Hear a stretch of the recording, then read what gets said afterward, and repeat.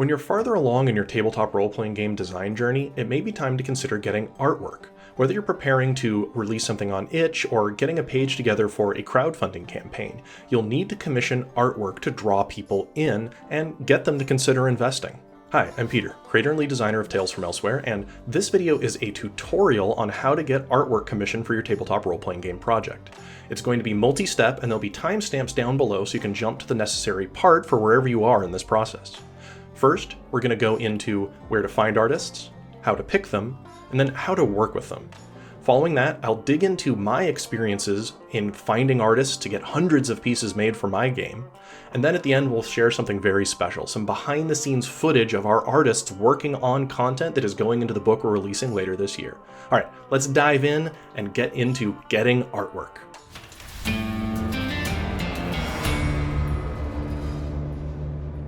Step 1. Where to find artists. You're going to get a lot of different recommendations online. There's all sorts of different spaces where you can find art, from ArtStation to Instagram, Reddit, Fiverr, all of this kind of stuff. And I'm going to give you my recommended path for finding the most artists in the shortest amount of time. One way to find artists is to use Reddit. Now, I know Reddit is kind of a cesspool at times, but it actually can be very nice for amassing a large number of portfolios. A long time ago, I actually created a template you can use in Reddit to post and find artists with, because that's what I did. I located a number of subreddits that have dedicated hiring processes like tabletop artists, hungry artists, and so forth, and we'll put some links down below to that. Basically, you make a thorough post explaining your budget, the scope of the project, and the types of portfolios you want. And then people will reply to it and submit their portfolios for your review.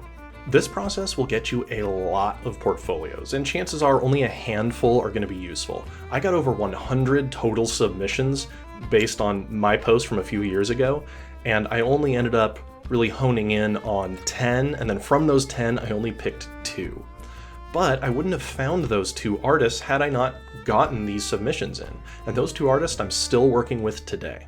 And that segues naturally into the next important subject, is picking the artists. Once you've tracked down some portfolios or some sources, how do you actually choose which ones to work with? To put it succinctly, choose artists that are already making the artwork you'd want in your book.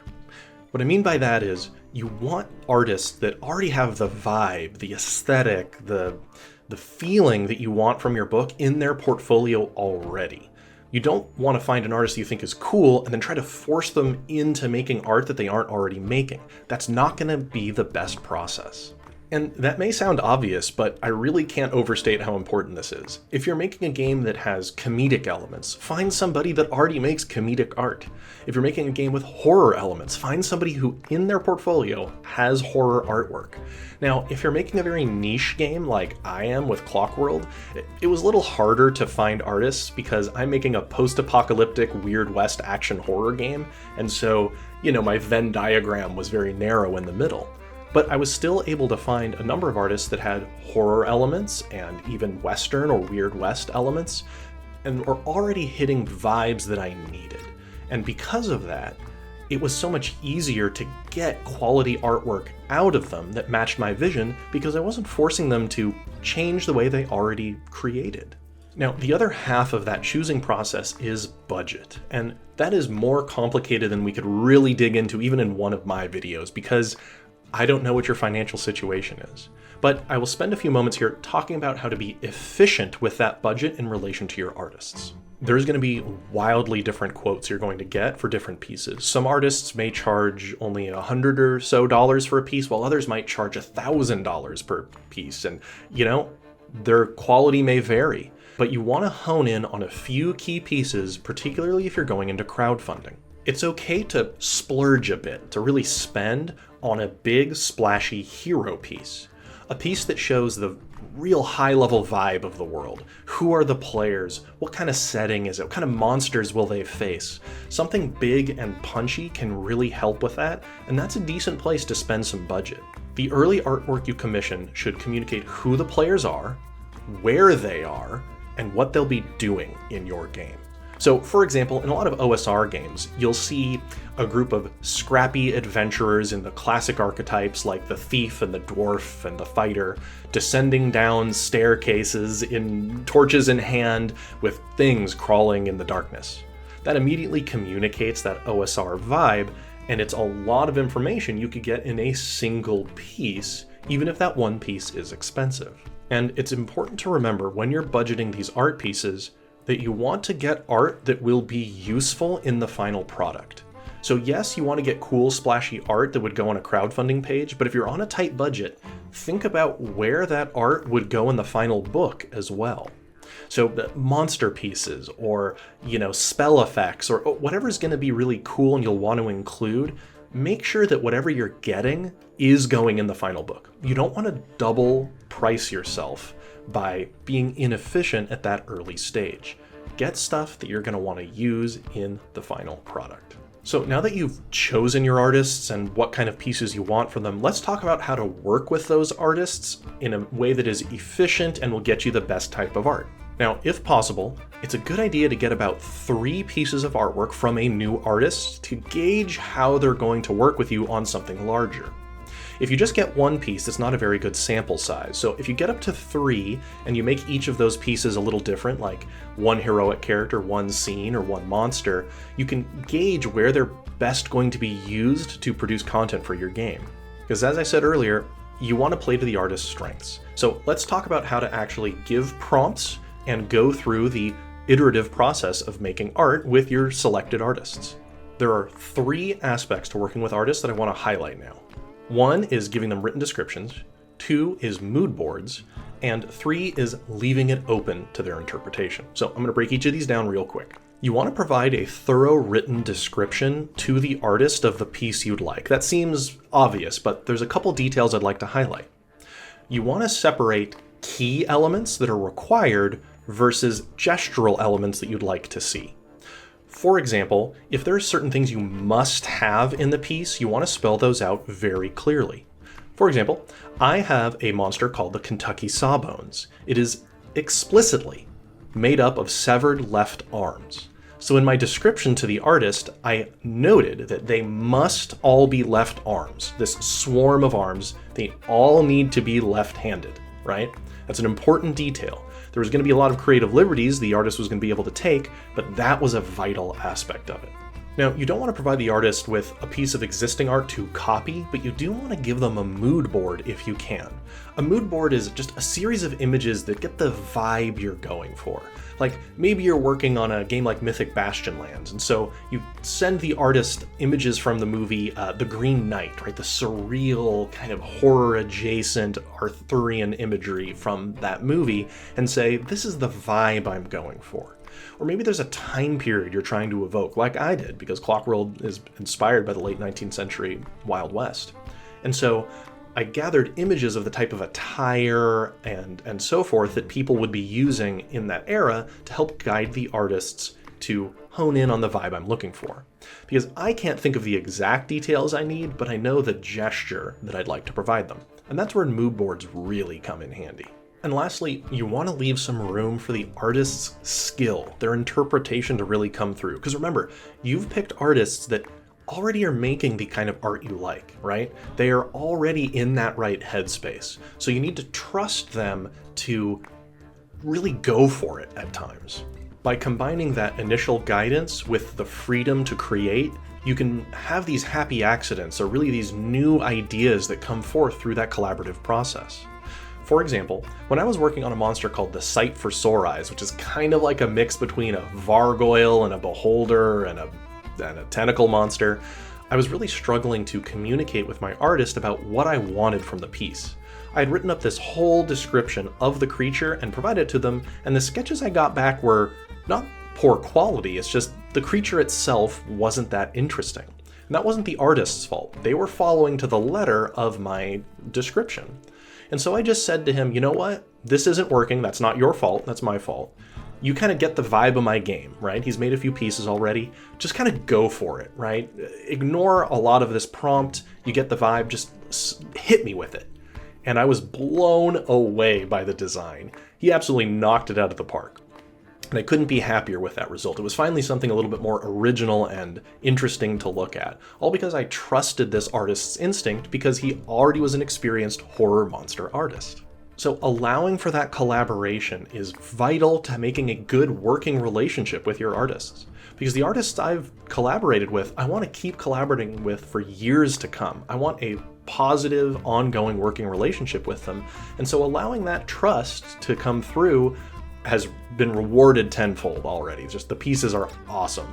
And it makes it so the artists keep wanting to work on my projects because it's fun and they get to play. Now, I'd like to tell you about the artists I've found and how I located them and started working with them to show in action how this process can work. One of the very first artists I worked with a couple years ago was David Neri. I found him via Reddit. I used the exact post that I talked about at the start of this video, and he was among the portfolios submitted. He had all of this really gruesome, high detail, high res monster art, and I knew this guy is going to be great. So I commissioned a number of pieces from him to try it out, and he made the Blood Oiler, that piece you see all over my media. And he really helped shape the visuals of this world because he got it immediately. Now, after working with him for a few years, he also helped crystallize nebulous parts of my game world. For example, we have clocks in my game, not the game design structure, but clockwork people. What do they look like? They're supposed to be a little bit strange, not quite a robot, not quite a person, and he helped shape the visual design of this that then influenced the rest of the artists. The second artist that I found was Bryce. Now, I found him also via that Reddit post. These two guys were the finalists of all the 100 portfolios that I went through. And what I loved about Bryce's art is that it had this comic book, inking, hand-drawn style to it with really vivid color.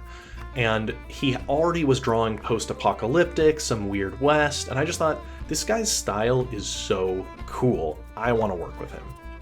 And what I found was, he was great for giving these character vibes. And so he is tasked with making all the backstory elements for my role-playing game book. Because characters are built of professions, cultures, and incidents in my game, and each one has its own piece of art.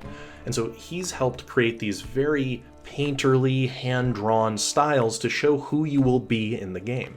Now, the next artist is one that I met simply through my YouTube channel and my game.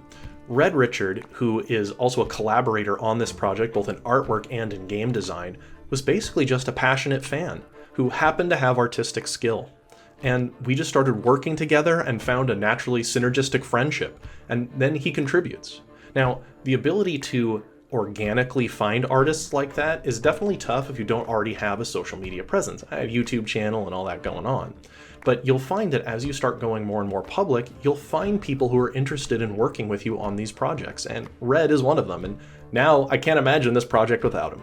Now, early in my social media journey, an artist named Arthur Pereira had reached out to me and said, "Hey, your YouTube channel is really cool. I love the vibe of your game. Here's my portfolio. I don't know if you're looking for any artists, but just I'd love to work with you," he said. And I thought, hey, that's really neat. And I told him, you know what, we don't have any budget for more artists right now, but I'd love to work with you again in the future because I liked what was going on in his portfolio.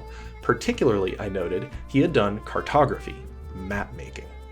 And so once I was getting ready to produce my Kickstarter campaign and actually get things going, I worked with him to make the world map of my game, and I was so happy with the result.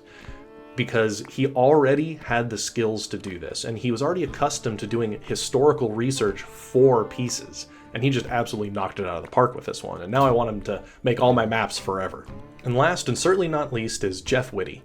This is another person I connected with simply by being online, by being connected to social media. Jeff has worked on a number of tabletop role-playing games, primarily in the OSR space. And his art style is also very comic book. He does heavy line work and a lot of black and white that I just thought was super cool. And after just chatting with him about his art, I just thought, you know what, this guy is awesome. And I realized his style would be perfect for the Sears catalog magazine vendor pages that I was going to have in my final rulebook. So I just talked to him and said, hey, want to work on my game? And he said, yeah. And it's been great working with him ever since. And that was only because I was out there and being friendly and connecting with other people in the tabletop space that I was able to meet these artists organically. And I'll cap off that section of this video with this high-level recommendation to you. If you really want to make a go at being a creator, making games or content, you need to be cool and you need to be present. Just be friendly, be genuine, and be present for other people. Learn about their games, be excited about their art, and you'll find that you'll draw people to you who are genuine as well and interested in what you have going on. And that builds over time. You can't force it. You just got to be present there, talking with others, and a network will start to develop. And before you know it, you'll be hanging out with other YouTubers and having artists submit their portfolios to you simply because you are out there and participating in the community. I hope you found all that useful. If you'd like to continue this conversation, you can comment down below, or better yet, join the Tales from Elsewhere Discord server. I'm very present and cool inside that server, and if you have more questions, I'm always happy to answer them. Consider also hitting the like and subscribe button and maybe the notifications. Every 2 weeks we release another video like this, detailing some other aspect of tabletop role-playing game design philosophy, and maybe you'd find more of these useful. If my game sounds interesting, we do have a link down to the Kickstarter below. We are accepting late pledges of PDFs at the time of recording this video, so consider supporting us there as well. If you back it, you get access to the full, almost 400-page beta PDF that is basically the rules-complete game without any art. Alright, I'm going to step away from the computer now and let the artists show off their work. They've been kind enough to record big sessions of their art process. You can see them hand drawing some portions and digitally doing others. So sit back and enjoy some artists making real art.